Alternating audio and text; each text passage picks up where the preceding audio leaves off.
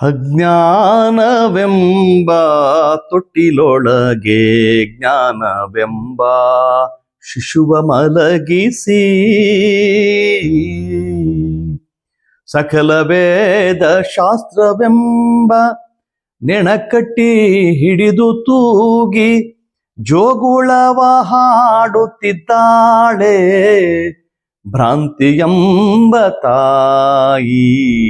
ಅಜ್ಞಾನವೆಂಬ ತೊಟ್ಟಿಲೊಳಗೆ ಜ್ಞಾನವೆಂಬ ಶಿಶುವ ಮಲಗಿಸಿ ಸಕಲ ವೇದ ಶಾಸ್ತ್ರವೆಂಬ ನೆಣಕಟ್ಟಿ ಹಿಡಿದು ತೂಗಿ ಜೋಗುಳವ ಹಾಡುತ್ತಿದ್ದಾಳೆ ಭ್ರಾಂತಿಯೆಂಬ ತಾಯಿ. ನೇಣ ಹರಿದು ತೊಟ್ಟಿಲ ಮುರಿದು ನೇಣ ಹರಿದು ತೊಟ್ಟಿಲ ಮುರಿದು ಜೋಗುಳವನಿಂದಲ್ಲದೆ ಗುಹೇಶ್ವರನ ಕಾಣಲಾಗದು. ಅಜ್ಞಾನವೆಂಬ ತೊಟ್ಟಿಲೊಳಗೆ ಜ್ಞಾನವೆಂಬ ಶಿಶುವ ಮಲಗಿಸಿ. ಎಂಥ ಅದ್ಭುತ ಮಾತುಗಳ್ರಿ. ಕೇವಲ ಒಂದು ವಚನದಲ್ಲಿ ಅಲ್ಲಮ ಪ್ರಭುಗಳು ಎಂಥ ದಿವ್ಯವಾದ ಜ್ಞಾನವನ್ನು ನಮಗೆ ದಾರಿ ಎತ್ತಿದ್ದಾರೆ. ಅದನ್ನು ಪರಾಂಬರಿಸಿ ನೋಡತಕ್ಕಂಥ ಮನಸ್ಥಿತಿಯಲ್ಲಿ ನಾವು ಯಾರೂ ಇಲ್ಲ. ಈ ದೇಶಕ್ಕೆ ಕೇಡು ಉಂಟು ಮಾಡಿದ್ದು ವೇದ ಶಾಸ್ತ್ರ ಆಗಮ ಪುರಾಣ ಅಂತ ಅನ್ನೋದನ್ನು ಅತ್ಯಂತ ಸ್ಪಷ್ಟವಾಗಿ ಮಲಗಿದ ಶಿಶು ಜ್ಞಾನದಿದೆ, ಆದರೆ ಅದು ಅಜ್ಞಾನದ ತೊಟ್ಟಿಲಲ್ಲಿ ಮಲಗಿದೆ. ಅದಕ್ಕೆ ಸಕಲ ವೇದಶಾಸ್ತ್ರದ ನೇಣ ಕಟ್ಟಿದ್ದಾರೆ. ನೇಣ ಅಂದರೆ ಹುರುಳು ಪಾಸಿ ಜೀವವನ್ನು ತಗೊಳ್ತಕ್ಕಂಥದ್ದು. ನೇಣ ಕಟ್ಟಿ ಹಿಡಿದು ತೂಗಿ ಇವುಗಳನ್ನು ಆಚರಣೆ ಮಾಡೋದ್ರಿಂದ, ಇವುಗಳನ್ನು ಅನುಸರಿಸೋದ್ರಿಂದ ಏನೇನೋ ಆಗ್ತದೆ ಅಂತಕ್ಕಂಥ ಭ್ರಮೆಗಳನ್ನು ನಮ್ಮೊಳಗಡೆ ಬಿತ್ತಿದ್ದಾರೆ. ಈ ಭ್ರಮೆಗಳಿಂದ ನಾವು ಹೊರಗಡೆ ಬರಬೇಕು. ಈ ಭ್ರಮೆಯ ತೊಟ್ಟಿಲು ನಿಲ್ಲಬೇಕು. ಹಗ್ಗ ಹರಿಬೇಕು. ಯಾವುದು? ವೇದಶಾಸ್ತ್ರಗಳ ಹಗ್ಗ ಹರಿಬೇಕು. ಈ ಅಜ್ಞಾನದ ತೊಟ್ಟಿಲು ಮುರಿಬೇಕು. ಅವತ್ತೇ ಅಲ್ಲಿ ಮಲಗಿರುವ ಶಿಶುವಿಗೆ ಜ್ಞಾನೋದಯ ಆಗ್ತದೆ ಅಂತಕ್ಕಂಥ ಮಾತನ್ನ ಎಷ್ಟು ಸರಳರಿ, ಎಷ್ಟು ಸುಂದರ, ಇಷ್ಟು ಬಿಚ್ಚು ಮಗ್ಗಿನ ರೀತಿಯಲ್ಲಿ ಜನರಿಗೆ ಹೇಳಿದ್ದಾರೆ. ಆದರೆ ಇದನ್ನು ಪರಾಂಬರಿಸಬೇಕಾದ ಜನಗಳು ಆ ಕಡೆ ಲಕ್ಷ್ಯ ಇಲ್ಲ. ಅವರ ಲಕ್ಷ್ಯ ಬೇರೆ ಕಡೆ ಇದೆ. ತಮಿಳುನಾಡಿನಲ್ಲಿ, ನಮ್ಮ ಕರ್ನಾಟಕದಲ್ಲಿ ಕೆಲಸ ಮಾಡಿದಂಥ ಒಬ್ಬ ವ್ಯಕ್ತಿ, ಒಂದು ಶಕ್ತಿ ಚಿಕ್ಕಮಗಳೂರು ಜಿಲ್ಲೆಯಲ್ಲಿ ಕೋಮುವಾದ ಹರಡದಂತೆ, ಕೋಮುವಾದ ವ್ಯಾಪಿಸದಂತೆ, ಕೋಮುವಾದಕ್ಕೆ ಇತಿಶ್ರೀ ಹಾಡಿದಂಥ ಅಣ್ಣಾಮಲೈ ಅಂತಕ್ಕಂಥ ವ್ಯಕ್ತಿ ಹೀಗೆ ಮತ್ತೆ ಯಾವುದಕ್ಕೂ ಗುರಿ ಆಗ್ತಾನಲ್ಲ. ಮೊನ್ನೆ ಆತ ಮಾಡಿದಂಥ ಚಟುವಟಿಕೆಯನ್ನ ಎಲ್ಲ ಮಾಧ್ಯಮಗಳಲ್ಲಿ ನೋಡಿಬಿಟ್ಟಿವಿ ನಾವೆಲ್ಲ. ಸೋಷಿಯಲ್ ಮೀಡಿಯಲ್ಲಂತೂ ಎಲ್ಲ ಕಡೆ ಅದನ್ನೇ ಕಾಣ್ತಾ ಇತ್ತು. ಒಬ್ಬ ಅಕ್ಷರ ಕಲಿತಂಥ ವ್ಯಕ್ತಿ ತನಗೆ ಬಾರುಕೋಲು ಸಮೇತ ಹೊಡ್ಕೊಳ್ತಾನಲ್ಲ. ಇದು ದುರಂತ ಅಲ್ಲದೆ ಇನ್ನೇನು. ಯಾರೋ ಅಜ್ಞಾನಿ ಇದ್ದವನು, ಅರಿವಿಲ್ಲದವನು, ಅನಕ್ಷರಸ್ಥನು ಈ ಥರ ಮಾಡಿದ್ರೆ ಕ್ಷಮಿಸಬಹುದಾಗಿತ್ತು. ಒಬ್ಬ ಅಕ್ಷರ ಕಲಿತಂತಹ ವ್ಯಕ್ತಿ ಮತ್ತೆ ಅದೇ ಪಾತಾಳಕ್ಕೆ ಇಳಿತಾನಲ್ಲ. ಇದು ಬಹುಶಃ ಅಧಿಕಾರದ ಚುಕ್ಕಾಣಿ ಹಿಡಿಯುವ ಹಂಬಲ ಅಂತ ಯಾರಿಗಾದ್ರೂ ಮೇಲ್ನೋಟಕ್ಕೆ ಗೊತ್ತಾಗ್ತದೆ. ಈ ದೇಶದ ಇವರು ಯಾರನ್ನೋ ಮತ್ತಿನ್ಯಾರನ್ನೋ ಮೆಚ್ಚಿಸ್ಬೋದು. ಅನಕ್ಷರಸ್ಥ ನಿರಕ್ಷರ ಕುಕ್ಷಿಗಳನ್ನ ಮೆಚ್ಚಿಸಿ ಅವರ ಮತಗಳನ್ನು ಗಳಿಸಬಹುದು. ಆದರೆ ಅವರ ಒಳಗಡೆ ಅವರನ್ನೇ ಮೆಚ್ಚಲಿಕ್ಕೆ ಸಾಧ್ಯನಾ? ಈ ಪ್ರಶ್ನೆಯನ್ನ ನಾವೆಲ್ಲರೂ ಕೇಳಲೇಬೇಕಾಗಿದೆ. ಇಲ್ಲದೆ ಇದ್ರೆ ಈ ಅಕ್ಷರ ಮತ್ತು ಮಾನವೀಯತೆ ಜೊತೆಗೂಡಿ ಹೋಗ್ಲಿಕ್ಕೆ ಈ ದೇಶದಲ್ಲಿ ಸಾಧ್ಯ ಇಲ್ಲ. ಪಿ ಲಂಕೇಶ್ ಒಂದ್ ಕಡೆ ಬರೀತಾರೆ, ಈ ದೇಶದ ದೊಡ್ಡ ದುರಂತ ಅಂದ್ರೆ ಅಕ್ಷರ ಕಲಿತವರೆಲ್ಲರೂ ಮಾನವೀಯತೆ, ಅಂತಃಕರಣ, ಜ್ಞಾನವನ್ನ ಅವರು ಆ ಅರಿವನ್ನ ತಮ್ಮ ಜೀವನದಲ್ಲಿ ಅಳವಡಿಸಿಕೊಂಡು ಹೋಗಿದ್ರೆ ದೊಡ್ಡ ಬದಲಾವಣೆ ಆಗ್ತಿತ್ತು. ಆದರೆ ಅರಿವಿಟ್ಟುಕೊಂಡಿರ್ತಕ್ಕಂಥ, ಜ್ಞಾನವನ್ನು ಹೊಂದಿರತಕ್ಕಂಥ ಜನಗಳು ಮತ್ತೆ ಅಜ್ಞಾನಿಗಳಾದಾಗ ಸಹಜವಾಗಿ ಅಕ್ಷರದ ಮೂಲಕ ಆದರ ಮಾಡಲಿಕ್ಕೆ ಸಾಧ್ಯ ಆಗ್ತದೆ. ಇವತ್ತು ನೋಡಿ, ದೇಶದ ತುಂಬೆಲ್ಲ ಅಕ್ಷರಗಳನ್ನ ಕಲಿತವರೇ ವಂಚಕರಾಗಿದ್ದಾರೆ. ಅಕ್ಷರಗಳನ್ನ ಕಲಿತವರೇ ದೇಶಕ್ಕೆ ದ್ರೋಹವನ್ನ ಬಗೆತಾ ಇದ್ದಾರೆ. ಅಕ್ಷರವನ್ನ ಕಲಿತವರೇ ಕಳ್ಳತನ ಮಾಡ್ತಾ ಇದ್ದಾರೆ. ಅಕ್ಷರ ಕಲಿತವರೇ ಕೊಲೆಗಳನ್ನ ಕೂಡ ಮಾಡಿಸ್ತಾ ಇದ್ದಾರೆ. ಇದಂತ ದುರಂತದ ಸ್ಥಿತಿ. ಅಕ್ಷರದ ಜೊತೆಗೆ ಮಾನವೀಯತೆ ಹೋಗ್ಬೇಕಾಗಿತ್ತು. ಅಕ್ಷರದ ಜೊತೆಗೆ ಮಾನವೀಯಲ್ಲಿ ಹೋಗ್ತಾ ಇಲ್ಲ. ಆ ಕಾರಣಕ್ಕಾಗಿ ಎಲ್ಲ ತೊಂದರೆಗಳು ಆಗ್ತಾ ಇದ್ದಾವೆ. ಅದು ಹೇಳಿ ಕೇಳಿ ತಮಿಳುನಾಡು ಪೆರಿಯಾರ್ ನಾಡು. ಇಲ್ಲಿ ಯಾರನ್ನೋ ಮೆಚ್ಚಿಸ್ಬೋದು, ಇನ್ಯಾರನ್ನೋ ನೀವು ಮೆಚ್ಚಿಸ್ಬಹುದು. ಆದರೆ ಪೆರಿಯಾರವರ ಗರಡಿಯಲ್ಲಿ ತೇದಂಥ ಅಲ್ಲಿನ ಜನಗಳಿಗೆ ನೀವು ಮೋಸ ಮಾಡೋದು ಅಣ್ಣಾಮಲೈಯವರೇ ಅಷ್ಟು ಸಾಧ್ಯ ಇಲ್ಲ. ನೀವು ಯಾವುದೋ ಬಟ್ಟೆ ಹಾಕುವ ಮೂಲಕ, ಯಾವುದೋ ಚಂದ್ರವನ್ನ ತಲೆ ಮೇಲೆ ಇಟ್ಟುಕೊಳ್ಳುವ ಮೂಲಕ, ಇನ್ಯಾವುದೋ ಗಂಧ ತೀಡುವ ಮೂಲಕ ಅಲ್ಲಿಯ ಜನಗಳಿಗೆ ನೀವು ಮೋಸ ಮಾಡ್ತಿರ್ಬೋದು ಅಂತ ನಿಮ್ಗೆ ಅನಿಸಿದ್ರೆ ಅದು ನಿಮ್ಮ ಮೂರ್ಖತನ ಆಗ್ತದೆ. ಒಂದ್ ಕಡೆ ಕುವೆಂಪು ಅವರು ಕೂಡ ಹೇಳ್ತಾರೆ, ಸಂಸ್ಕೃತಿ ಹೆಸರಿನಿಂದಲೇ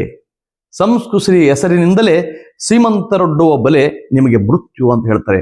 ಸಂಸ್ಕೃತಿ ಹೆಸರಿನ ಮೇಲ್ಗಡೆ ನಮಗೆ ಒಂದು ಬಲೆಯನ್ನು ಒಡ್ಡುತ್ತಾರಲ್ಲ, ಅದು ನಮಗೆ ಮೃತ್ಯುವಾಗ್ತಕ್ಕಂಥ ಮಾತನ್ನ ಕುವೆಂಪು ಅವರು ನಮಗೆ ಮೊದಲೇ ಹೇಳಿದ್ದಾರೆ. ಹಾಗೆ ಸಂಸ್ಕೃತಿ ಹೆಸರಿನ ಮೇಲೆ ನಮ್ಮ ಮೇಲೆ ನಡೀತಕ್ಕಂಥ ಅತ್ಯಾಚಾರಗಳನ್ನ, ಅನ್ಯಾಯಗಳನ್ನ ನಾವು ಎದುರಿಸಿ ನಿಲ್ಲಲೇಬೇಕಿದೆ. ಅವನ್ನ ಸಂಸ್ಕೃತಿಯ ಭಾಗ ಅವಲ್ಲ ಅಂತ ಅನ್ನೋದನ್ನ ನಾವು ಅವರಿಗೆ ತಿಳಿಸಿ ಹೇಳಬೇಕಾಗಿದೆ. ಇಲ್ಲದೆ ಇದ್ರೆ ನಮಗೆ ದುರಂತ ಸ್ಥಿತಿಗೆ ನಾವು ತಲುಪಲಿಕ್ಕೆ ಖಂಡಿತ ಸಾಧ್ಯ ಇದೆ. ಅಜ್ಞಾನಿಯಾದವಂಗೆ ಅರಿವು ತಾನಿಯಲ್ಲಿ ಇದು. ಬಹುಶಃ ಅಣ್ಣಾಮಲೈಯವ್ರನ್ನ ಅಜ್ಞಾನಿ ಅನ್ಲಿಕ್ಕೆ ಆಗೋದಿಲ್ಲ.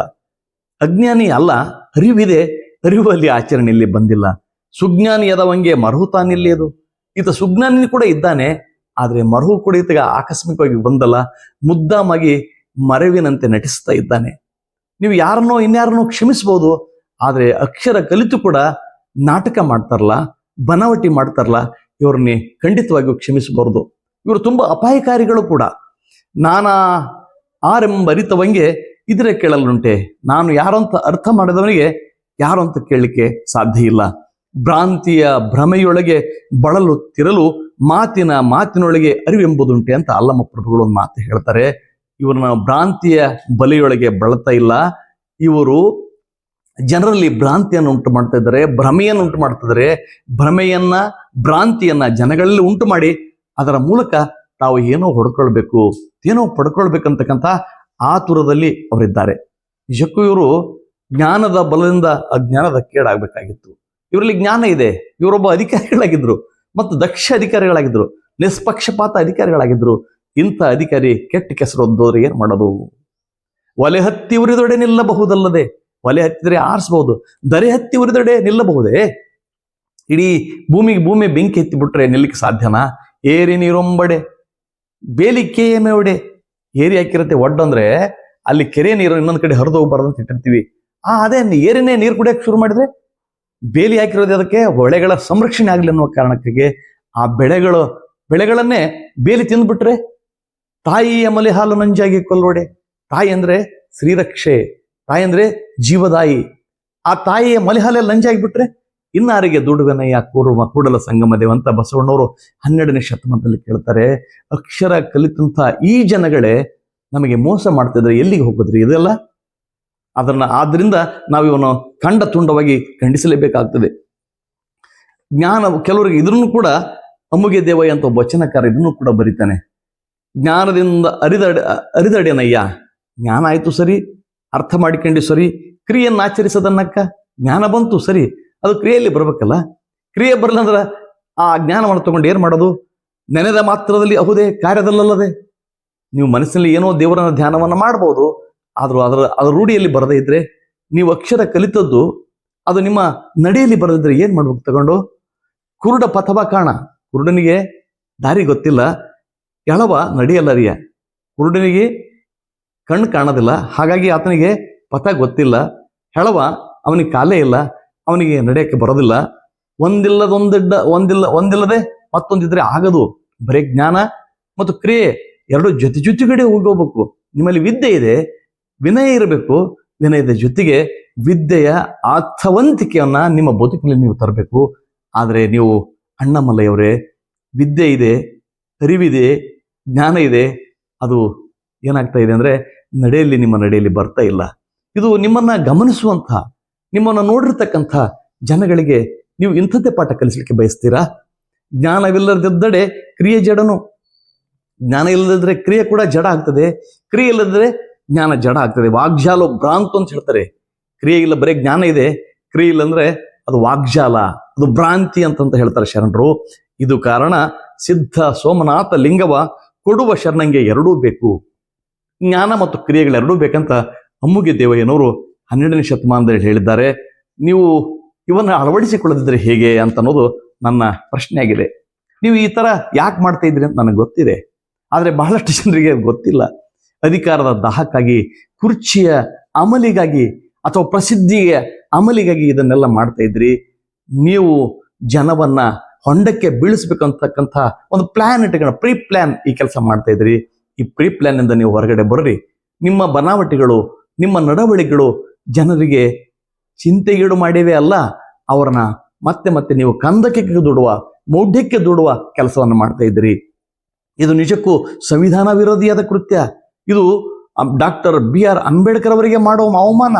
ಸ್ವತಃ ನೀವು ಪೆರಿಯಾರ್ ನಾಡಿನವರು, ಪೆರಿಯಾರ್ ಅವರಿಗೆ ಮಾಡ್ತಕ್ಕಂಥ ದ್ರೋಹ ಅಂತ ಅನ್ನೋದನ್ನ ಅಣ್ಣಾಮಲೈ ಅವರು ಗಮನಿಸಬೇಕಾಗ್ತದೆ. ಒಂದ್ ಕಡೆ ಮಂಕುತಿಮ್ಮನ ಕಗ್ಗದಲ್ಲಿ DVG ಅವರು ಒಂದು ಮಾತನ್ನು ಬರೀತಾರೆ. ಅನ್ನದಾತುರಕ್ಕಿಂತ ಚಿನ್ನದಾತುರ ತೀಕ್ಷ್ಣ. ಊಟದಕ್ಕಿಂತಲೂ ಚಿನ್ನದ ಆತುರತೆ ಬಹಳ ಇರುತ್ತಂತೆ ಮನುಷ್ಯನಿಗೆ. ಅನ್ನದಾತುರಕ್ಕಿಂತ ಚಿನ್ನದಾತುರ ಶ್ರೇಷ್ಠ. ಚಿನ್ನದಾತುರಕ್ಕಿಂತ ಹೆಣ್ಣು ಗಂಡಲವು, ಚಿನ್ನಕ್ಕಿಂತಲೂ ಹೆಣ್ಣು ಗಂಡಿನ ಒಲವು, ಅವೆರಡು ಪ್ರೀತಿ ಬಹಳ ಅದಮ್ಯವಾದದ್ದು ಅಂತ ಹೇಳ್ತಾರೆ. ಹಾಗೆ ಮನ್ನಣೆಯ ದಹ ಇವೆಲ್ಲಕ್ಕೂ ಮಿಗಿಲು. ಮನ್ನಣೆಯ ದಹ ಚಿನ್ನದ ಆತುರಕ್ಕಿಂತಲೂ, ಅನ್ನದ ಆತುರಕ್ಕಿಂತಲೂ, ಮಣ್ಣಿನ ಆತುರಕ್ಕಿಂತಲೂ ಮಿಗಿಲಾದಂತೆ. ಯಾವುದೋ ಮನ್ನಣೆಯ ದಹ ಈ ಎಲ್ಲಕ್ಕೂ ಮಿಗಿಲು ತೀಕ್ಷ್ಣತಮ, ಇವೆಲ್ಲಕ್ಕಿಂತಲೂ ತೀಕ್ಷ್ಣವಾದದ್ದು ತಿನ್ನುವುದು ಆತ್ಮವನೇ ಮಂಕುತಿಮ್ಮ. ನೋಡಿ, ಈ ಮನ್ನಣೆಗಾಗಿ, ಪ್ರಸಿದ್ಧಿಗಾಗಿ, ಕುರ್ಚಿಗಾಗಿ, ಅಧಿಕಾರಕ್ಕಾಗಿ ನೀವು ಹೋದರೆ ಎಲ್ಲಕ್ಕಿಂತ ತೀಕ್ಷ್ಣ ಇರತಕ್ಕಂಥದ್ದು ಯಾವುದು? ಮನ್ನಣೆಯ ಆತುರ.